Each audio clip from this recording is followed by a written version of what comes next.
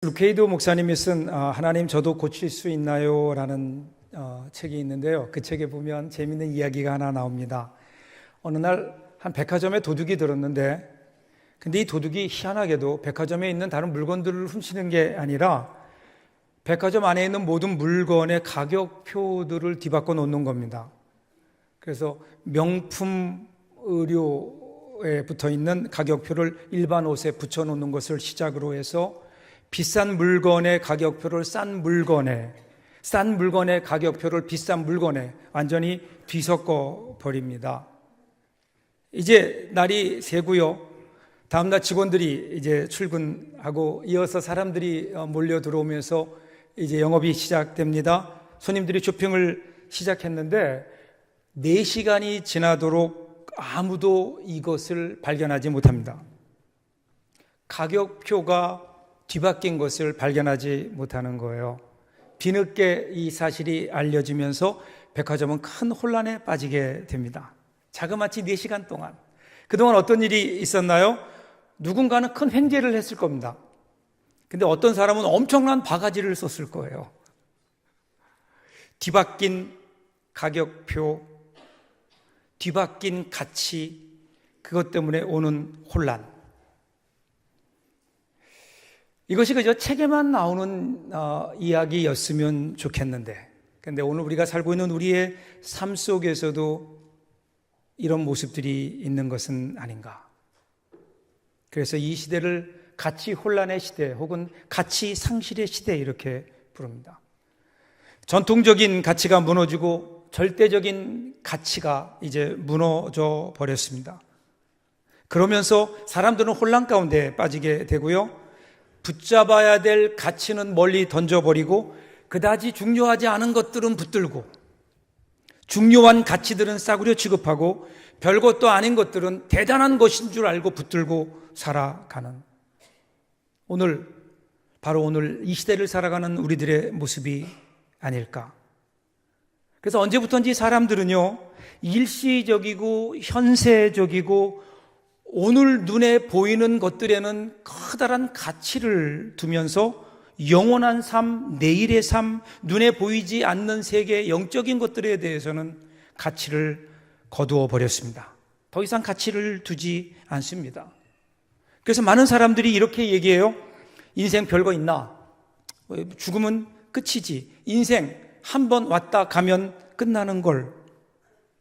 그러면서 오늘 살아가는 그저 오늘 하루, 이것을 살기 위해 우리의 온 가치를 거기에 집중합니다. 안타까운 것은 이러한 삶이 어쩌면 가짜 가격표일지도 모른다는 의심조차 하지 않은 채 오늘 내가 가지고 있는 이 가격표가, 이 가치가 진짜라고 생각하며 살아간다는 겁니다. 오늘 여러분은 어떻습니까? 여러분의 인생에는 어떤 가격표가 붙어 있습니까? 어떤 가격표를 따라 여러분 인생을 살고 있습니까? 이러한 질문들을 마음속에 진지하게 마음속에 품고 오늘 하나님 말씀 속으로 한번 같이 들어가 보기를 원합니다. 1절, 2절 보십시오. 어떻게 시작하나요? 예수께서 이 말씀을 다 마치시고 제자들에게 이르시되 너희가 아는 바와 같이 이틀이 지나면 유월절이라 인자가 십자가에 못 박히기 위하여 팔리리라 하시더라.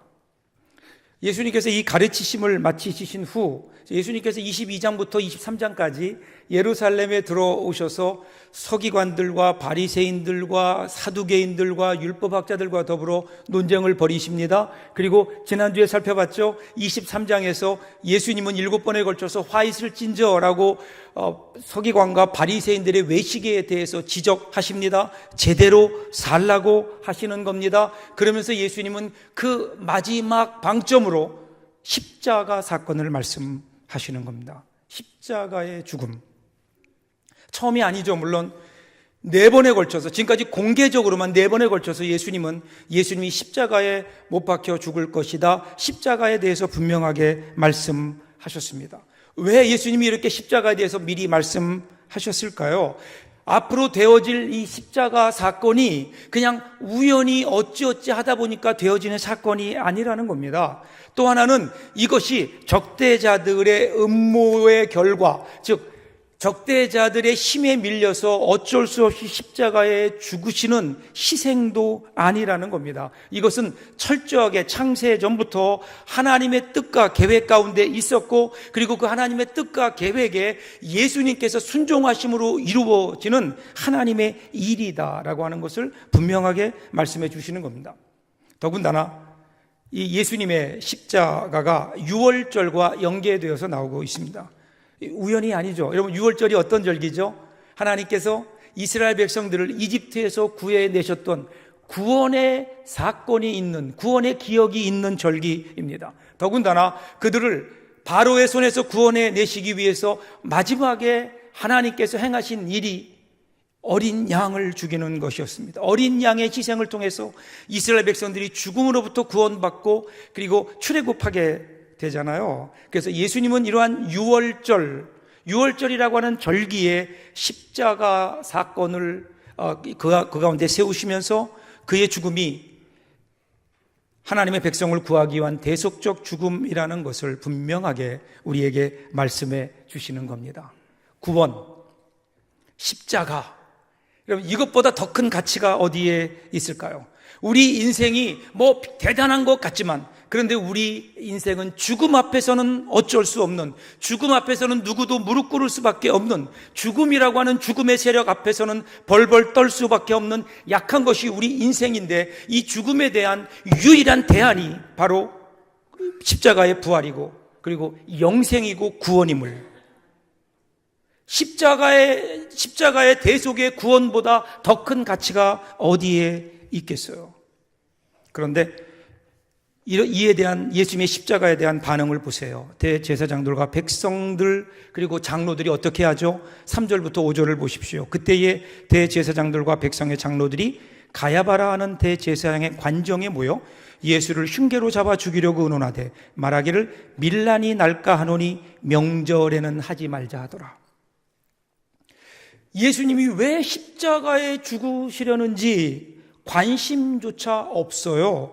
그냥 그들은 자신들의 이익에 반하니까 제거하려고 하는 겁니다. 자, 여러분, 예수님께서 예루살렘에 들어오셔서 뭘 하셨죠? 가장 먼저 성전에 가셔서 성전 뜰에서 재물을 팔고 사는 사람들을 내쫓으시고요, 돈 바꾸는 환전소를 뒤엎으셨고요, 그리고 비둘기 파는 사람들을 내쫓으셨다고요. 그러면서 뭐라고 말씀하세요? 내 집은 만민이 기도하는 집인데 너희가 강도의 소굴을 만들어 버렸구나, 이렇게 호통을 치셨어요. 당연히 그 당시에 성전 체제를 유지하고 있었던 사람들, 제사장과 레위인들에게는 예수님은 대단히 위험한 인물이었을 겁니다. 예수님이 거기서 그치지 않으셨다고요. 예수님은 아무도 건드리지 못했던 금기를 깨트리십니다. 예루살렘 성전을 향해서 뭐라고 말씀하세요? 예루살렘 성전, 이것이 무너질 것이다. 무너지는데 여기에 돌 위에 돌 하나도 남지 않도록 완전하게 무너질 것이다. 여러분, 이것은요 대단히 위험한 발언입니다. 그 당시에 이것은 반역입니다. 예루살렘 성전의 멸망, 이것은 곧 이스라엘 민족의 멸망을 의미하는 것이었기 때문에, 그러니 사람들이 얼마나 예수님에 대한 반감이 깊었을까요? 그런데 그때 사람들이 좀 아프더라도, 자기의 이익에 반하더라도 주님의 말씀에 좀 더 귀를 기울이고 삶의 방향을 바꾸었더라면 얼마나 좋았을까. 그런 기회가 있었는데, 그런데 그러지 못했어요. 대신에 예수를 죽이려고 음모를 꾸미면서 뒤에만 엿보고 있습니다. 무엇이 옳은지, 무엇이 올바른 가치인지 여기에는 관심도 없어요. 그냥 자신의 이익에 방해가 되면, 자기의 삶에 방해가 되면 그것이 옳든 그르든 따지지 않고, 그리고 그것을 제거하려고 하는, 가치에는 관심도 없는 사람들, 그 모습입니다. 그리고 오늘 본문을 사실 보시면 1절부터 16절까지 본문을 보면 문학적 구조로 보면 소위 샌드위치 구조예요. 1절부터 5절까지, 정확히 3절부터 5절까지 이 바리새인들과 그 예수를 죽이려고 공모하는 사람들의 이야기가 나오고요. 그리고 건너떠서 뒤에서 14절부터 16절에 보면 이러한 궁리하는 그들에게 빌미를 제공하며 그들에게 손을 내미는 가룟 유다의 이야기가 나오죠. 여러분, 가룟 유다의 이야기. 가룟 유다는 여러분 예수님을 은 30세겔에 팔지요. 은 30세겔. 여러분, 은 30세겔은요, 그 당시 노예 하나의 값이에요. 20세 미만의 어린 노예는 20세겔, 장성한 노예는 30세겔. 한번 생각해 보세요. 예수님을 따랐던 예수님의 제자가 예수님을 파는데 돈이나 제대로 받고 팔아야지 노예 하나 값에 예수님을 팔아버린, 그 당시에 나타난 사람들의 모습을 보세요. 올바른 가치에 따라 살아가는 삶이 아니라 눈앞에 보여지는 가격을 따라 살아가는 사람들. 그런데 그 중간에 6절부터 13절 그 중간에 이러한 사람들과는 전혀 다른 예수님의 마음을 시원하고 따뜻하게 해주는 이야기가 나옵니다. 6절부터 한번 보십시오. 6절 7절 보시면 예수께서 베다니 나병 환자 시몬의 집에 계실 때에 한 여자가 매우 귀한 향유 한 옥합을 가지고 나와서 식사하시는 예수의 머리에 부으니, 이렇게 나옵니다. 이 사건이 일어난 집이 어딘가 하면 나병 환자 시몬의 집 그랬어요. 요즘은 나병이란 말 안 쓰죠. 한센병, 한센시병 그러는데 한센병 환자였던 시몬의 집입니다. 이 시몬이 누구일까요? 여러 가지 가능성이 있겠지만 추측컨대 원래 한센병 환자였다가 예수님을 만나서 치료받은 사람, 그래서 자기를 이러한 죽음의 고통에서 구원해 주신 주님의 은혜가 너무 감사해서 그 주님을 자기 집에 모시고 지금 식사를 대접하는 자리인 겁니다. 그래서 그는 치료는 받았지만 여전히 그의 별명은 나병 환자, 한센병 환자 시몬입니다. 그렇게 식사를 하시고 있는데 전혀 예기치 않았던 한 사건이 일어나는 거예요. 한 여자가 들어옵니다. 요한복음에서는 이 여인을 마르다의 동생 마리아 이렇게 소개합니다. 정확히 누구인지는 잘 모르겠지만 그거 별로 중요한 게 아니에요. 누구냐 중요한 게 아니고 그 여인이 했던 행동이 중요합니다. 이 여인이 매우 값진 향유를 가지고 나왔다. 요한복음에서는 이 향유를 나드 이렇게 하고 분명하게 이야기하죠. 나드라고 하는 향유는 히말리아 원산인 식물, 즉 나르초라고 하는 식물의 뿌리에서 짜낸 건데요, 희귀했고 대단히 비싸고 향이 좋았다고 합니다. 근데 이것을 깨뜨려서 모두 예수의 머리 위에 그냥 분 거예요. 여러분, 그 당시에 팔레스타인의 풍습에 보면 집에 온 손님들 가운데 그 손님에게 물도 내어주고 손 씻을 물도 내어주지만 아주 귀한 손님에게는 그 머리에 향유를 바르는 그러한 풍습이 있었어요. 귀한 손님일 경우에. 그런데 그렇다 하더라도 이 경우에 보면 이런 경우에는 그냥 몇 방울 떨어뜨리는 거지. 근데 오늘 여기 있는 이 여인은 예수님을 과하게 영접한 것 같아요. 그 머리에 향유를 다 부었어요. 그냥 환영하는 형식이 아니라 마치 이 여인의 주님을 향한 마음을 붓듯이 갖다가 부어버렸어요. 다 드려도 부족한 거예요. 남겨둘 수가 없는 겁니다. 아마도 오빠인 나사로를 살려주신 주님의 은혜에 대한 감사, 아니면 더 근본적으로 소망도 없이 살아가던 자신의 인생의 새로운 소망, 살아갈 용기, 의미를 주셨던 주님을 만나며 그러한 새로운 삶의 의미를 깨달았고 그것에 대한 감사, 주님을 향한 사랑이었을 겁니다. 여기서 부어진 이 향유는 그냥 단순한 향유가 아니라 바로 이 여인의 마음이 아니었을까. 이 여인에게 예수님은 최고의 가치였습니다. 그 어떤 것보다 비교할 수 없는 최고의 가치. 그분이 바로 예수님. 그 예수님께 자기가 가진 것에 최고를 드릴 수밖에 없는. 여러분, 우리가 사랑하면은요, 이 귀한 사랑하면 사람은 바보가 되잖아요. 계산을 못하는 겁니다. 여기에 사랑의 깊은 의미가 있죠. 여러분, 계산하면 한 개씩 주고 받잖아요. 그러면 내 손에 한 개밖에 안 남아요. 하나 주고 하나 받는 겁니다. 그러나 사랑의 마음으로 주고 받으면 한 개가 아니라 내 손에는 하나가 있지만 우리 마음에는 사랑이 쌓이게 되는 거예요. 지금 이 여인은 마음속에 그 사랑을 가지고 주님께 드리는 겁니다.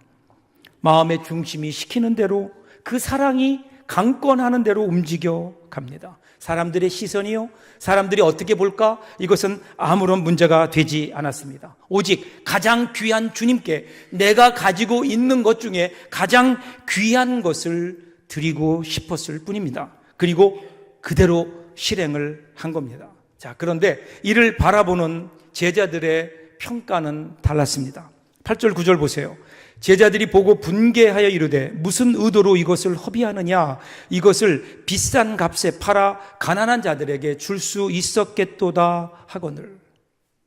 자, 여러분 보세요. 지금 이 여인이 드렸던, 주님께 드렸던 이 귀한 헌신은요, 한편의 시와 같습니다. 겉으로 드러나는 게 다가 아니에요. 신은 음미해야 되잖아요. 그 안에 숨어있는 의미를 마음으로 느껴야 되는 건데, 이 향유를 쏟아 부어 드리는 이 여인의 마음 속에는 사실은 표현되지 못한 더 깊은 사랑이 있는 거잖아요. 마치 시와 같이. 그런데 제자들은 이 여인이 주님께 드렸던 시와 같은 헌신을 그냥 산문으로 읽고 있습니다. 눈앞에 보여지는 것, 그 시간 벌어지고 있는 그 깊은 시의 세계는 보지 못한 채 여전히 그들은 눈에 보이는 것만 보면서 돈 타령, 가난한 사람 타령. 여러분, 명분이야 근사하지만 사실 여러분, 그들의 마음속에 자리 잡고 있는 것은 가난한 사람이 아니라 값진 향유, 그 향유의 가격이 아니었을까요? 강조점이 어디에 있었을까요? 비싼 값과 가난한 자들, 어느 쪽일까요? 제자들의 마음속에는요, 저는 값비싼 향유라고 생각합니다. 왜냐하면 이전에 제자들은 한 번도 가난한 사람들을 향한 마음을 표현해 본 적이 없어요. 지금 눈앞에 보이는 그 비싼 값 때문에 그냥 가난한 자들이 등장하는 겁니다. 가난한 사람 도와야 됩니다. 우리 성경에서도 분명히 가난한 자들, 특별히 고아와 과부를 돕는 것이 우리 신앙의 중요한 내용이 되는 거죠. 그러나 여러분, 지금 보세요. 지금 죽음 앞에 서 있는, 이제 곧 십자가를 져야 되는 자신들의 스승이 있다고요. 예수님이 그 앞에 계시다고요. 이제 얼마 안 있으면, 며칠 안 있으면 십자가를 지시고 죽을 수밖에 없는 예수님, 그 앞에서, 그 예수님 앞에 드려야 될 주님의 사랑을 눈에 보이지 않는 가난한 자들과 비교할 수 있겠냐는 거예요. 이게 진짜 사랑일까요? 지금 제자들은요, 가치가 아니라 눈에 보이는 가격에 따라 행동하는 겁니다. 그래서 복음서에서는 아주 의도적으로 이 여인의 뒤에게, 아까 제 샌드위치 구조라 그랬죠. 이 이야기가 끝나면서 바로 가룟 유다 이야기가 기록되고 있죠. 그는 대제사장을 찾아가서 은 30세겔에 넘깁니다. 여러분, 한 세겔은 4데나리온에 해당합니다. 그러니까 30세겔은 120데나리온 정도입니다. 그에게 예수님은 그냥 딱 그 정도였습니다. 한 사람은 너무너무나 소중해서 300데나리온도 아깝지 않아요. 자기의 모든 것을 드려도 아깝지 않은 분인데, 그런데 가룟 유다에게는 그저 120데나리온 정도. 그 당시에 노예 한 사람의 몸값 정도. 사랑하는 여러분, 저와 여러분들에게 예수님은 얼마입니까? 어느 정도일까요? 이어지는 10절 11절 보세요. 예수께서 아시고 그들에게 이르시되 너희가 어찌하여 이 여자를 괴롭게 하느냐? 그가 내게 좋은 일을 하였느니라. 가난한 자들은 항상 너희와 항상 함께 있거니와 나는 항상 함께 있지 아니하리라. 지금 예수님이 제자들 돌아보며 말씀하시는 거예요. 가만두어라, 왜 그를 괴롭게 하느냐? 그는 내게 좋은 일 했다라는 거. 좋은 일을 했다. 그 여인이 했던 일은 좋은 일이다. 여기 좋은 일이라는 말을 헬라어로 보면요, 칼론 에르곤이라는 말인데, 이것은 적절한 아름다움이라는 뜻이에요. 그러니까 이 여인이 나에게 아주 적절하게 아름다운 일을 했다라는 겁니다. 이 적절한 아름다움이라는 말은 원래 있던 제자리에 있을 때의 그 아름다움을 이야기하는 거예요. 왜 적절한 아름다움이라 그랬을까요? 이어지는 12절 보십시오. 이 여자가 내 몸에 이 향유를 부은 것은 내 장례를 위하여 함이니라. 이것이 적절함이라는 거예요. 지금 이 여인이 한 행동이 예수님의 장례를 위해서 그것을 미리 준비했다, 당연히 해야 될 일을 했다라는 겁니다. 이 여인이 옥합을 깨고 향료를 부어서 지금 예수님께 부어드린 그 일들이 예수님의 장례를 준비한 것이다. 예수님께서 돌아가시기 전에 그의 몸에 향유를 부으면서 이것은 곧 나의 십자가를 예비하고 준비하는 일이다. 그래서 여러분, 오늘 본문을 보면 이 여인은 이 향유를 발에다 부은 것이 아니라 머리에 붓습니다. 머리에 붓는 거예요. 머리에 부으면 어떻게 될까요? 온몸으로 툭툭툭 떨어져 내리는 거죠. 그래서 예수님은 이 여인이 내 몸에 향유를 부었다 이렇게 말씀하세요. 자, 지금 오늘 본문이 어떻게 시작됐나요? 예수님께서 이틀 후에 내가 십자가에 죽을 것이다 라고 하는 주님의 말씀으로 시작되었잖아요. 분명하게 말씀하셨는데 예수님의 제자들은 이 이야기를 신중하게 듣지 않았어요. 심각하게 듣지 않았습니다. 그냥 한 귀로 듣고 한 귀로 흘려버린 거예요. 그런데 이 여인은 달랐습니다. 이 여인은 이 말을 마음에 두었습니다.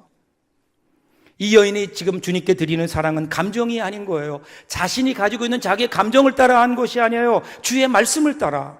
여러분, 성경에 나타난 마리아의 모습을 보면 흥미롭습니다. 주로 그 언니였던 마르다와 함께 나오는데 마르다와 마리아가 함께 있던 현장을 보시면 재미있어요.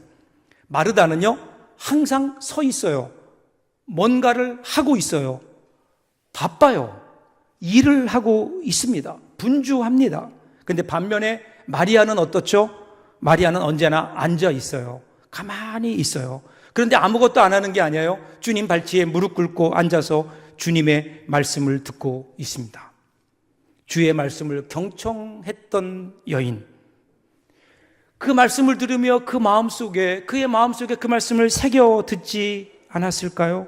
아, 주님께서 십자가에 돌아가신다고, 이제 죽으신다고, 이 말씀을 들으면 이제 그때가 가까운 모양이다. 그렇다면 이분이 떠나시기 전에 내 사랑, 내 마음, 주님을 향한 내 마음을 어떻게 드릴 수 있을까? 어떻게 표현할 수 있을까? 어쩌면 오늘이 마지막 기회일 수도 있겠다. 이 여인이 나와서 주님께 그의 사랑을 드리는 겁니다. 사랑하는 여러분, 우리에게도 이런 기회들이 분명히 있을 겁니다. 그런데 우리는 지금까지 혹시 그때를 놓쳐온 것이 아닐까? 주님 앞에 분명히 무언가를 드려야 될 그 순간에, 우리가 주님 앞에 드려야 될 헌신의 그 순간에 우리의 마음과 영혼이 혹시 다른 열망 가운데 사로잡혀 있는 것은 아닌가? 그 순간 주님을 바라보며 주님 앞에 무릎 꿇어야 되는데 다른 것들을 보고 있는 것은 아닌가?